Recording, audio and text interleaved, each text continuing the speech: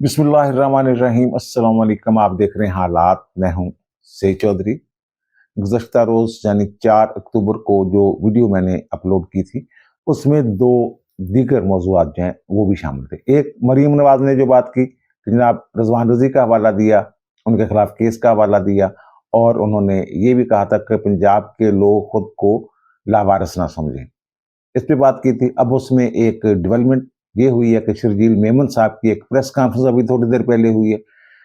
और दूसरा जो मौजू था वो था जहांगीरी साहब जो हैं, जस्टिस इस्लामाबाद हाई कोर्ट के जस्टिस तारक महमूद जहांगीरी साहब, उनकी डिग्री का जो मामला है कि सिंध हाई कोर्ट ने अबूरी हुक्म के जरिए उनकी डिग्री जो है वो बहाल कर दी है। क्या ये जो हुक्म है ये दामीनोइत का हुक्म बन सकता है? इस पर मैंने बात की थी। लेकिन वो वीडियो जो है दीगर मौज़ूआत भी थे उसमें, वो इतनी लंबी हो गई थी कि ये जो 2 मौज़ू हैं, इनको अलग कर लिया गया था और सोचा ये था कि इनको अलग से अपलोड किया जाएगा। अब इसको अपलोड किया जा रहा है और इसमें जो डेवलपमेंट हुई है शर्जील मेमन साहब वाली, वो भी हम आखिर में शामिल करेंगे। पहले ये वीडियो सुनिए जो अपलोड नहीं की गई थी। लेकिन इससे पहले एक और बात मैं ये कहता हूँ जनाब, जो तारक महमूद जहांगीरी वाली डिग्री वाला मामला है उस पर बात होती रहनी चाहिए। तो ये जनाब सिंध हाई कोर्ट में इनकी दरखास्त लगी हुई थी। पिछली दफ़ा इन्होंने जो मुतफरक दरखास्त दी थी उस पर नोटिस हुआ था और हुक्म इम्तनाई जारी नहीं हुआ था। अब जनाब जस्टिस इकबाल कलहोड़ो साहब जो हैं उन्होंने तारक महमूद जहांगीरी की दरखास्त पे अबूरी हुक्म इम्तनाई जारी की है और इनकी डिग्री जो मनसूख की गई थी कराची की तरफ से, कराची यूनिवर्सिटी की तरफ से, वो नोटिफिकेशन मुअत्तल कर दिया, यानी दूसरे डिग्री जो है वो बहाल कर दी है। और मजीद ये कि जो अनफेयर मीन्स कमेटी है और यूनिवर्सिटी है उसको मजीद किसी कार्रवाई से रोक दिया है। इसमें जनाब जस्टिस तारक महमूद जहांगीरी साहब जो है वो जनाब मुबारकबादें वसूल कर रहे हैं और जो उनका हामी सहाफ़ी तबका है और वकला के अंदर जो कुछ लोग हैं वो ये तासर देने की कोशिश कर रहे हैं सोशल मीडिया पे और अपने बयानात के जरिए। जनाब देखा ना वो डिग्री वाला जो फैसला था कराची का, वो था ही 2 नंबर फैसला जनाब, तो वो देखा उड़ा के रख दिया सिंध हाई कोर्ट ने। क्या ये वाकई उड़ा के रख दिया? ऐसा नहीं है। उन्होंने जो जस्टिस साहब हैं इकबाल कलहोड़ो साहब, उन्होंने रजिस्ट्रार पेश हुए थे सिंध हाई कोर्ट के। उन्होंने कहा जनाब ये इनका मौकफ ये है कि हमें नोटिस नहीं दिया गया, हमें सुनवाई का मौका नहीं दिया गया, हमें सुने बगैर ही ये हमारी डिग्री मनसूख कर दी गई। हमारा मौकफ तो सुना जाता ना कम अज कम। ये इनकी एक ग्राउंड है और ये बड़ी वैलिड ग्राउंड है। वो पहले भी कई मरतबा में अर्ज कर चुका कि जब किसी फरीक को, मुतासरा फरीक को सुने न जाए, सुनवाई का मौका ही न दिया जाए, तो फौरी तौर पर हुक्म इम्तनाई जारी हो जाता है। बहरहाल उन्होंने ये रजिस्ट्रार साहब से पूछा तो उन्होंने कहा जनाब मैं तो नया नया आया हूँ तो मुझे नहीं पता कि नोटिस हुआ है या नहीं। तो उन्होंने कहा जनाब ठीक है जनाब, ये जो कह रहे हैं कि नोटिस नहीं हुआ तो जनाब ये सुनवाई का मौका मिलना चाहिए। तो वो कहते हैं जनाब ये जो अदालती फैसले हैं वो भी एक्स पार्टी जो होते हैं ना, फरीक का मौकफ सुने बगैर, वो भी वो कहते हैं कोई पसंदीदा फैसला नहीं समझा जाता, वो हुक्म इम्तनाई जारी होते हैं फौरन ऊपर वाली अदालत में अपील में जाते हैं, तो वो उसकी अहमियत ही कोई नहीं होती। तो ये इसी तरह का काम हुआ है। तो अब जनाब उन्होंने जो इसकी तारीख है, मजीद तारीख समाज जो है वो 20 नवंबर।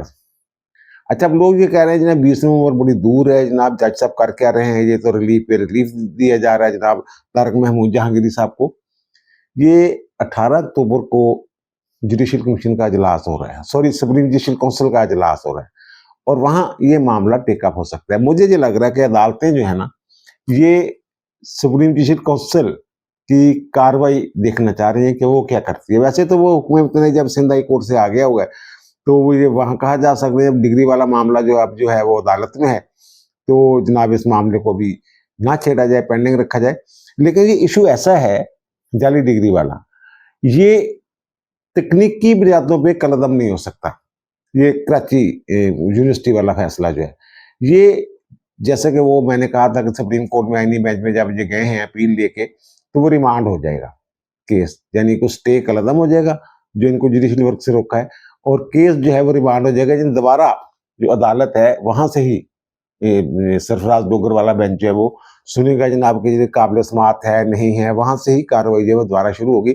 तो इसमें भी मुझे ये लग रहा है, बल्कि ये कानूनी तकाजा है कि ये मामला वापस भेजा जाए यूनिवर्सिटी को और जनाब यूनिवर्सिटी से ये कहा जाए कि जनाब ये जो आपने कानूनी तकाजे पूरे नहीं किए ना, ये कानूनी तकाजे पूरे गए, जी सुनवाई का मौका दें और उसके बाद कानून का फैसला कर दें। वैसे तो उन्होंने जो यूनिवर्सिटी में जिसने दरखास्त दी थी बंदे ने, उसको भी उन्होंने तलब कर लिया है और जज साहब ने कहा जनाब 39 साल बाद भी अगर आप डिग्री जो है वो मनसूख करने की कार्रवाई करते हैं तो फिर उसका मौकफ तो सुनना चाहिए था ना। अच्छा, दूसरी जो बात यह है कि मरियम नवाज शरीफ वाला जो मामला है ना, वो मरियम नवाज शरीफ जनाब डट गई हुई है अपने मौकफ पे, लेकिन एक जो उन्होंने गुफ्तगू की है वो बड़ी अच्छी बात उन्होंने की है। उन्होंने आसफ अली जरदारी साहब का नाम लिया है, एहतराम के साथ, एहतराम करती हूँ, बिलावल भुट्टो जरदारी को कहा कि मेरा भाई है, लेकिन उन्होंने जो गिले शिकवे किए हैं वो अपनी जगह। मगर दूसरी तरफ जनाब पीपल्स पार्टी वालों ने जनाब एक मुर्तफिर मरियम नवाज के बयानात पे जनाब कौमी असम्बली से जनाब वाकआउट करके वो फिर मना के वापस भी ले आए उनको कहा गया ठीक है जनाब असं गल करते हैं, आपस से बड़े बैठते हैं, देखते हैं मामला ठीक हो जाएंगे। लेकिन मैं ये बात कर रहा हूँ कि मरियम नवाज गलत क्या कह रही है। अब तो उन्होंने खुल के वो सारी बातें जो है वो सामने रख दी अवाम के सामने, पाकिस्तान पंजाब के अवाम के सामने, पाकिस्तान के अवाम के सामने, सिंध के अवाम के सामने। उन्होंने कहा जनाब ये पाकिस्तान में सैलाब आया वो था और वहां तर्जमान जो है सिंध में बैठ के जनाब यहाँ तनकीद कर रहा था पंजाब की जो है। और दूसरा ये कि उन्होंने फिर रजी दादा का खास तौर पर ये जिक्र किया, जब मैं यानी फला वक्त भी चुप रही, फला वक्त भी चुप रही, वो कहती हमारा अपना पैसा था, हमारे हिस्से का पैसा था, हमारे हिस्से का पानी था, हमने अपने हिस्से के पानी से और पैसे से नहरें निकालनी थी, लेकिन इन्होंने अपनी सरपरस्ती में एहतजाज शुरू करवा दिया। वो कल मैंने एक क्लिप भी दिखाया था जनाब, वो क्या कर रहे हैं वहां पे कि चंद एक मुट्ठी भर लोग जो हैं वो पूरी जनाब सड़क ब्लॉक करके बैठ खड़े हुए हैं और जनाब गाड़ियों का आग लग रही है और पंजाब का रास्ता रोका हो उन्होंने। ये जो सामान लेके आने ले जाने आने ले जाने वाली जो गाड़ियां होती हैं वो रुकी हुई हैं। तो उन्होंने फिर रजी दादा का जिक्र किया जनाब। फिर वो कहती है एक मौका ये भी है कि जनाब रजी दादा जो एक विलागर है और उन्होंने कोई नामनासब बात कर दी और फिर उनको एहसास भी हो गया, उन्हें बुलाया गया स्टैंडिंग कमेटी में सेनेट में, तो उन्होंने गैर मशरूत माफ़ी मांग ली, यानी बगैर अगर मगर के।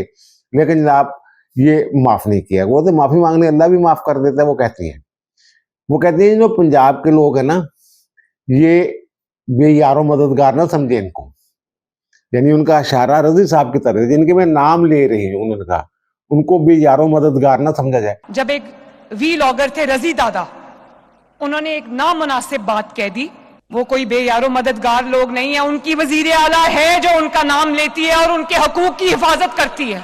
अब उस दिन जब जो उन्होंने रजी दादा को माफ नहीं किया था, उस वक्त मैंने कहा था अब ये जब माफी मांग ली तो मामला रफा दफा होना चाहिए था।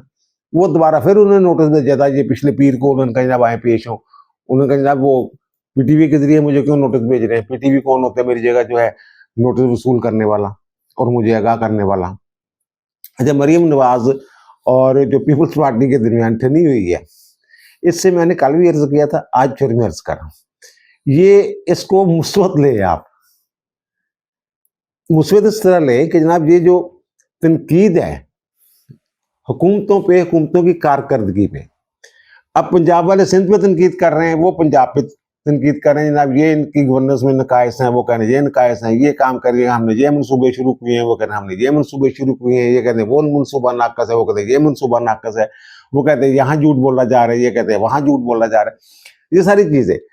अब इसको अगर मुस्बत अंदाज में लिया जाए तो जो जिन खामियों की निशानदेही की जा रही है दोनों तरफ से, तो उन खामियों को दूर करने की कोशिश की जाए, उसका जवाब दिया जाए, उसी तरह जवाब दिया जाए जैसे वो बात कर रहे हैं वैसे आप बात करें, और अमली तौर पे जो नकायस है उनको दुरुस्त करें, तो उससे अवाम को ही फायदा होगा। लेकिन ये जो बीच में आ जाता है ना शख्सियात पे तनकीद, मरियम नवाज ने तो बड़ी अच्छी बात की है, बिलावल भुट्टो को भी उन्होंने कहा मेरा भाई है, जरदारी साहब की भी उन्होंने कहा जनाब इज्जत की बात की है। तो इसी तरह दूसरी जो पार्टी है उसको भी जो ये दामन जो है अदब का, एहतराम का, ये नहीं छोड़ना चाहिए। सारे इस बयानबाजी और तनकीद को मुस्बत बयानिए के जरिए न तकवीत दी जाए, एक कुव्वत बना दिया जाए इसको दोनों तरफ से, बल्कि चारों सूबों में ये होना चाहिए कि जहाँ की हुकूमत, वहाँ की हुकूमत, इधर की हुकूमत, उधर की हुकूमत, वो बताएंगे ना हम ये काम कर रहे हैं, बाकी सूबों से बेहतर जा रहे हैं, इसमें क्या हर्ज है, हमारे अवाम खुशहाल हैं। अगर ये मरीम नवाज कहती है मेरे अवाम जो है ये खुशहाल हैं, मैं पूरे वसाइल इनके ऊपर इस्तेमाल करती हूँ, तो ये बलोचिस्तान वाला भी कहे जनाब मेरे अवाम भी खुशहाल हैं, मुझे भी जो हिस्सा मिलता है मैं जनाब तमाम वसाइल जो उनके ऊपर लुटा देता हूँ। केपी वाला भी कहे, सिंध वाला भी कहे और कहे जनाब हमने ये मनसूबे शुरू किए, वहां फिर वो बहुत सारी चीजें निकल आती हैं। आपको भी पता क्या चीजें निकल आती हैं वहां पे खैबर पख्तूनख्वा में, खास तौर पे वहां जब से केपी के वो इनकी आई है पीटीए वाले की हुकूमत, उसके बाद जो अन्नी डली हुई है वहां पे कितने स्कैंडल बने हैं वहां पे। बहरहाल मैं दुआ करता हूँ अल्लाह ताला से कि ये मामला जो है ये मुस्बत अंदाज में आगे बढ़े और मुस्बत अंदाज में ये लपेटा जाए। अब सिंध के वजीर इत्तलात शर्जील मेमन साहब ने एक प्रेस कॉन्फ्रेंस की अभी थोड़ी देर पहले, उसमें वो ये कह रहे हैं कि जो पंजाब की वज़ीर आला हैं मरियम नवाज शरीफ, उनका जो स्क्रिप्ट राइटर है वो उन्हें गलत सिमत लेके जा रहा है। उन्होंने नाम नहीं लिया, वोट को इज्जत दो, वो कहते हैं वो भी उसी का नारा था, इस तरह की बात है, और वो परवेज रशीद साहब की तरफ शायद उनका जो है वो इशारा है। बहरहाल और उसके बाद वो ये कह रहे हैं कि जनाब पंजाब हुकूमत जो है ना इसका असल निशाना जो है वो वफाकी हुकूमत है, यानी जी चाहे भतीजी आ चाचे की हुकूमत के खिलाफ जनाब असल कर रही है कि अलहदा हो जाए दोनों, जनाब पीपल्स पार्टी तो अलग हो जाए नून लीग नालों, तो उन्होंने हुकूमत डिग जाए। लेकिन आगे जाके वो कहते हैं कि हमारी लीडरशिप वादे करके भागने वालों में से नहीं है, और वज़ीर आज़म मियां शहबाज शरीफ के जो अच्छे काम होंगे उनकी तारीफ भी करेंगे, तईद भी करेंगे। भाई मेरे, अगर आपको इतनी समझ आ गई है इस बात की कि मरियम नवाज जो अपने चचा के खिलाफ जो है वो तहरीक चला रही हैं, तो फिर अगर ये बात समझ आ गई तो आपके जो गुमरो साहब थे सेनेटर, जो खड़े होकर कह रहे थे जनाब मरियम नवाज माफी मांगे, तो मैंने उस दिन भी अर्ज किया था कि इस बात की माफी मांगे, ये कुछ ज्यादा हो गया है, माफी शाफी नहीं मांगनी किसी ने। तो बहरहाल ये अब ये कह रहे हैं कि जनाब माफी मांगना ना मांगना इशू नहीं है, ये शर्जील मेमन साहब कह रहे हैं। तो हमारे मुतालबात जो हैं उन पे वो कहते हैं जनाब ठंडे दिमाग के साथ गौर किया जाए। वो कह रहे हैं हम तो वफाक से बात कर रहे हैं, बीच में मरियम नवाज शरीफ आ गई हुई हैं और आप जो है वो नफरत पैदा करने की कोशिश कर रहे हैं।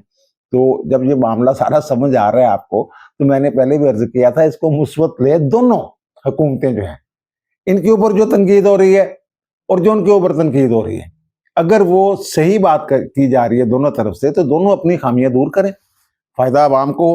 और फिर वो कहते हैं एक शख्स रजी दादा का नाम नहीं लिया उन्होंने, एक शख्स के लिए जनाब कहते हैं कि हिमायत में पंजाब से जनाब कंपेन चलाई गई, हैशटैग चलाए गए। तो वो कंपेन कब शुरू हुई थी? पहले तो हर बंदा जो उन्होंने नाम मुनासिब गुफ्तगू की थी रिजवान रजी ने, तो हर बंदा जो है वो रिजवान रजी को कह रहा था जनाब ये आपने क्या किया, हमारे दोस्त हैं वो रिजवान रजी, मैंने खुद उन्हें कहा। तो फिर वो उस वक्त सिलसिला शुरू हुआ था जब जनाब उन्हें नौकरी से निकाला गया और कायमा कमेटी में उन्हें बेइज्जत किया गया, उनकी माफी कबूल नहीं की, उसके बाद ये कंपेन शुरू हुई थी उनके हक में। और दूसरा जो मैं ये कह रहा हूं ना कि ये दोनों हुकूमतें बल्कि चारों हुकूमतें एक दूसरे के ऊपर तनकीद करें और अपनी कारकर्दगी बताएं, लेकिन ऐसा ना करें जैसे वो शहला रजा आपा जो हैं उन्होंने, मैं उनकी बाज़ हवालों से बड़ी इज्जत करता हूँ, बहनों की तरह समझता हूँ, तो उन्होंने जनाब जो दिमागी एक जनाब उन्होंने ट्वीट कर दिया कि जनाब इन खवातीन का जो है, कुछ खवातीन का नाम लिए बगैर, कि जनाब उनका दिमाग का जो है इलाज होना चाहिए, नफ्सियाती मरीज हैं खवातीन, यही है ये जो पंजाब में है वज़ीर आला मरियम नवाज, मरियम औरंगजेब और अज़मा बुखारी। और दूसरे तरफ जनाब हमारी जो छोटी आपा है अज़मा बुखारी साहबा, उन्होंने जनाब फिर वो अजीबोगरीब किस्म का उसका जवाब दे दिया, जनाब चेहरों पे नहूसत, ये वो इस तरह की जो कंपेन है ये नफरत पैदा करती है। हाँ आप बताएं जनाब ये खामियां हैं इस हुकूमत में, और वो बताएं जनाब ये खामी है, और फिर दूर करें, अवाम को समझ आए इसमें। और फिर जनाब बीच में एक जो पीटीआई के दौर में एक वजीर रहे थे, अब जो निकाला जा चुका है उन्हें पीटीआई से, वो जनाब ले आए जनाब पंजाब में जो इलेक्ट्रिक बसें हैं इनका जनाब ना कोई टेंडर है ना कीमत का पता है, ग्रोह से वो मदद ले रहे हैं, हालांकि ये वो वजीर रहे हुए, उनको इतनी समझ होनी चाहिए कि बगैर टेंडर के कैसे बसों का सौदा किया जा सकता है, वो सारा कुछ छपा हुआ है। ग्रोह की अगर पहुंच नहीं है उस रिकॉर्ड तक, ग्रोह के तो वो रिकॉर्ड शिकार्ड ही देखना जो खबरों की शक्ल में छपा होता है, तो अब ग्रोह पे अनुसार करके जनाब खुद बेइज्जत हो रहे हैं, अब लोगों ने निकाल लिया है वो। जनाब जो टेंडर हुए थे, बल्कि जो बाहर के अखबारात हैं वहां भी वो टेंडर छपे हुए हैं। बहरहाल ये जो दो मौजू थे इन पे मैंने बात करनी। मैं फिर एक मरतबा ये आप लोगों से भी ये कहता हूं कि इसको मुस्बत लिया जाए। ये जो एक दूसरे के ऊपर तनकीद हो रही है, हाँ जो नफरत वाली बातें हो रही हैं वो नहीं होनी चाहिए। और दूसरा ये जो कह रहे हैं शदील मेमन साहब जनाब शहबाज शरीफ के खिलाफ, जो उनकी हुकूमत के खिलाफ जनाब ये शायद कंपेन कर रही हैं वज़ीर आला पंजाब, तो ये अगर आप देखें ना गहराई में जाके, तो दो हाथियों की लड़ाई में नुकसान किसका होता है? घास का। और यहाँ जो घास है ना वो पीटीआई है। इन दोनों की एक दूसरे पे तनकीद से ज़ाहिर है कुछ स्पेस पैदा होगी, कुछ सिंध में स्पेस पैदा होगी नून लीग के लिए, कुछ पंजाब में स्पेस पैदा होगी पीपल्स पार्टी के लिए। तो फिर वो स्पेस जो है, नून लीग जो है उसका जो वोट है वो अपनी जगह पे है, और पीपल्स पार्टी का जो वोट है वो अपनी जगह है। वो जो स्पेस है वो वाली जगह होगी जो पीटीआई की वजह से खाली हो रही होगी। ये इसका नुकसान पीटीआई को होगा। इस पे मैं तफसील के साथ किसी वक्त बात करूंगा। इसके हक में बहुत सारे दलाइल जो हैं वो मौजूद हैं। तो अब दीजिए मुझे इजाजत, इंशाअल्लाह दोबारा मुलाकात होगी नए व्लॉग के साथ। अल्लाह ताला आप पर, मुझ पर, हम सब पर मेहरबान रहे। अल्लाह हाफिज।